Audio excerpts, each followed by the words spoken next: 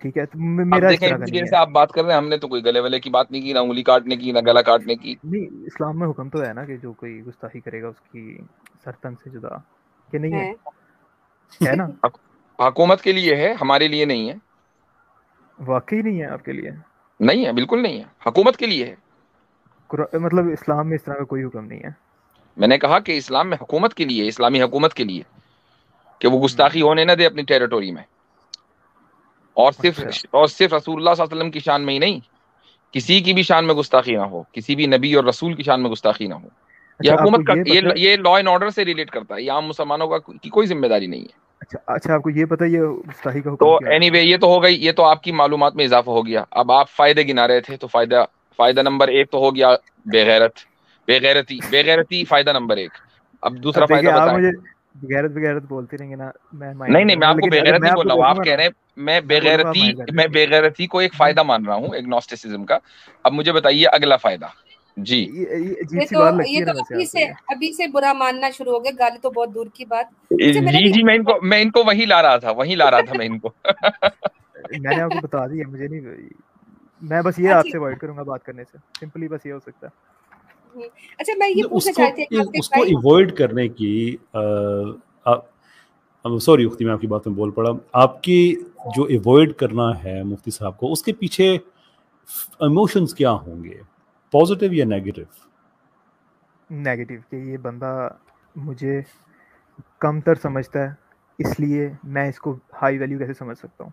یہ تو پر غیرت کی یہ ہے, بات لیکن میں ہوئی نا. ہرٹ نہیں ہوں گا, میں رونا نہیں شروع کروں گا, میں اگلے دن سوچتا نہیں رہوں گا رونا اس تو بارے میں. ایک تو آپ پاسبل کیا آؤٹ کم ہے سمجھتے نا ہیں کہ غیرت آپ کا. ہمیں کچھ کہیں گے تو ہم رونے لگیں گے؟ نہیں, زیادہ تر مسلمان رو پڑتے ہیں, دل پہ لے جاتے ہیں بات کو. جب دیکھیں میں کوئی گستاخی وغیرہ ہوتی ہے تو وہ بہت زیادہ سیریس ہو جاتے ہیں اس چیز کو لے کے. اچھا, آپ مائنڈ کرتے ہیں اس چیز کو, ویسے سمجھتے ہیں آپ کس چیز کو؟ کہ مسلمان مائنڈ کر جاتے ہیں؟ ہاں, میں خود بہت دل پہ لے جاتا تھا پہلے. تو لگتا نہیں ہے آپ کو ویسے کہ ایتھیسٹ سیکولر ملک آ کے مسلمانوں کے ملکوں کو تباہ کر دیتے ہیں, آئل کے ریسورسز پہ قبضے کرتے ہیں, گورنمنٹس کو ٹاپل کر دیتے ہیں, ریپ کرتے ہیں, گوانتانامو بے میں کیا کیا نہیں ہوا, ابو غریب میں کیا ہوا, دنیا بھر میں مسلمان آپ کو ریسیونگ اینڈ پہ ملتے ہیں, جہاں پہ ظلم ہو رہا ہے آگے آپ کو ریسیونگ اینڈ پہ مسلمان ہی ملتا ہے. ایک چیز ہمارے پاس رہ جاتی ہے, وہ رہ جاتی ہے محبت رسول صلی اللہ علیہ وسلم, اور پھر اس پہ بھی جب وہ زبان درازی کرتے ہیں تو at what stage do you think کہ مسلمانوں کو ریئیکٹ کرنا چاہیے؟ عورتوں کے ریپ پہ کرنا چاہیے, ملکوں کی تباہی پہ کرنا چاہیے, اپنے ریسورسز کو دوسرے کے ہاتھوں میں جاتے ہوئے دیکھ کے کرنا چاہیے, اپنی گورنمنٹس کو گرتے ہوئے دیکھ کے کرنا چاہیے؟ کس سٹیج پہ آپ سمجھتے ہیں کہ وٹ ایک ریزنیبل ایکسپیکٹیشن یہ ہے کہ یہاں پہ مسلمان ریئیکٹ کرے گا؟ میں سمجھتا ہوں کہ یا تو شارٹ ٹرم میں آپ کے لیے کافی زیادہ ہارمفل چیز ہے یا امپیکٹفل ہے آپ کے لیے, وہاں پہ کریں, یا لانگ ٹرم میں آپ سمجھتے ہیں کہ ایسے ایکشن کا کانسیکوینس جو آئے گا وہ ہمیں لانگ ٹرم میں افیکٹ کرے گا, تو تب آپ کو ریئیکٹ کرنا چاہیے. ادروائز اگر آپ کو کسی نے گالی دے دی ہے تو اس سے آپ کو کیا جا رہا ہے, دیتا رہے, اپنی زبان گندی کر رہا ہے اگلا. یہ تو اسلام بھی آپ کو ایسی بات کا سمجھاتا ہے, وہ تو کوئی ایسی خاص ایشو والی بات نہیں ہے کہ اگر ہمیں تو کہ کوئی جاہل آدمی آپ سے اگر بات کرتا ہے, کوئی ایسے لوگ ہوتے ہیں تو یار ٹھیک ہے, سلام دفع کریں, لیکن اس کا مطلب یہ نہیں ہے کہ آپ اس چیز کو مائنڈ نہ کریں. غیرت تو بہرحال پھر بھی آپ کے اندر ایک عنصر موجود ہے, ٹھیک ہے. اب یہ تو آپ کو نالج اسلام کے اندر سے بھی مل جائے گا. آپ کہہ رہے ہیں کہ اسلام چھوڑنے کے بعد آپ کو یہاں پہ آپ جب ایگنوسٹک ہوئے تو آپ کو یہ فائدہ نظر آیا, تو یہ تو کوئی یونیک فائدہ نہ ہوا, اس کے علاوہ کوئی اور چیز؟ نہیں, میرے لیے تو ویسے ہی یونیک تھا, لیکن اس کے علاوہ یہ ہے کہ میں چیزوں کو کافی مطلب پرکھتا ہوں. اب چیزوں کو جب میں دیکھتا ہوں نا, تو یہ نہیں کہ کسی نے کوئی بات کہہ دی تو کہ یس کر دیا اسے میں نے فوراً, مطلب یہ بھی نہیں کہ شک میں رہتا ہوں. ابھی آپ نے بتایا ہے کہ آپ ایگزیکٹلی ایسا ہی کرتے ہیں. ایگزیکٹلی مفتی صاحب نے آپ کو ایک دو چیزیں بتائیں کہ اسلام میں انڈیویجول ویجیلنٹیزم نہیں ہے, یہ آپ کے لیے حیرت کی بات تھی. میں نے آپ کو بتایا کہ یہ کوئی یونیک بات نہیں ہے, اسلام میں بھی آپ کو ایسا میسج ملتا ہے کہ آپ مائنڈ کریں, غیرت کریں, لیکن ہر آدمی پہ آپ ریئیکٹ نہیں کرتے ہیں اس طرح سے. شور مطلب کوئی again there is nothing unique جو آپ کو ملے, تو پھر آپ یہ کہتے ہیں کہ میں ہر آدمی کی بات سن کے مان نہیں لیتا. دو چیزیں ہوئی ہیں, دونوں بھی آپ کو حیرت ہو رہی ہے, تو ڈونٹ یو تھنک کہ ریسرچ وغیرہ کا پرابلم ہے آپ کے اینڈ پہ؟ ریسرچ مطلب میں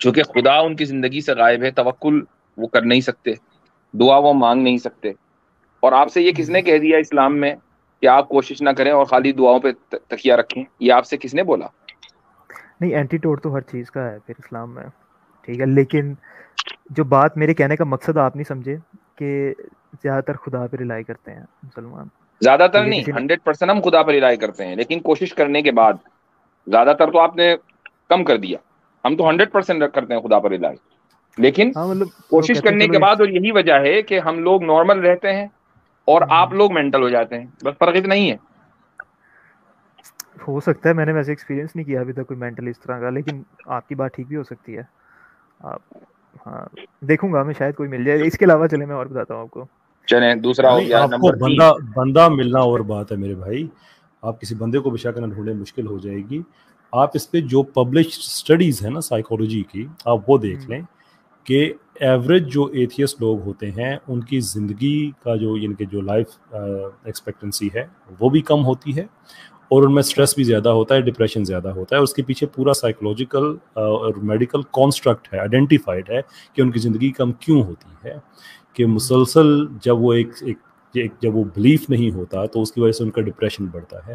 جب ڈپریشن بڑھتا ہے تو وہ ان کا امیون سسٹم ویک کرتا ہے. جب امیون سسٹم ویک ہوتا ہے تو ہر طرح کی بیماری ان پہ جلدی اثر انداز ہوتی ہے. سو آن این ایوریج تقریباً 4 سے 6 سال کا فرق ہے.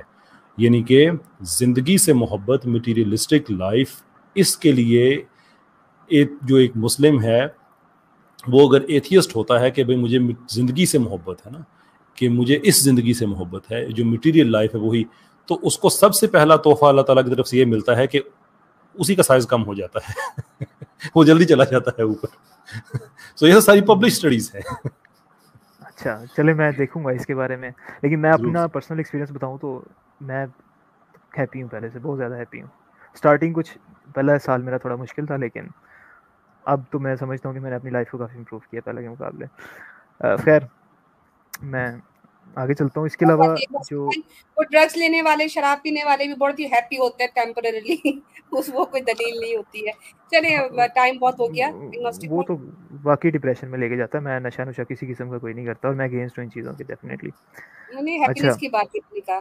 چلیں ٹھیک ہے اگنوسٹک بھائی، نیکسٹ ٹائم پلیز. مزہ نہیں آیا. بے غیرتی کا نشہ تو ہو ہی چکا ہے. چلیں کوئی اگلا پوائنٹ بتاؤں میں آپ کو.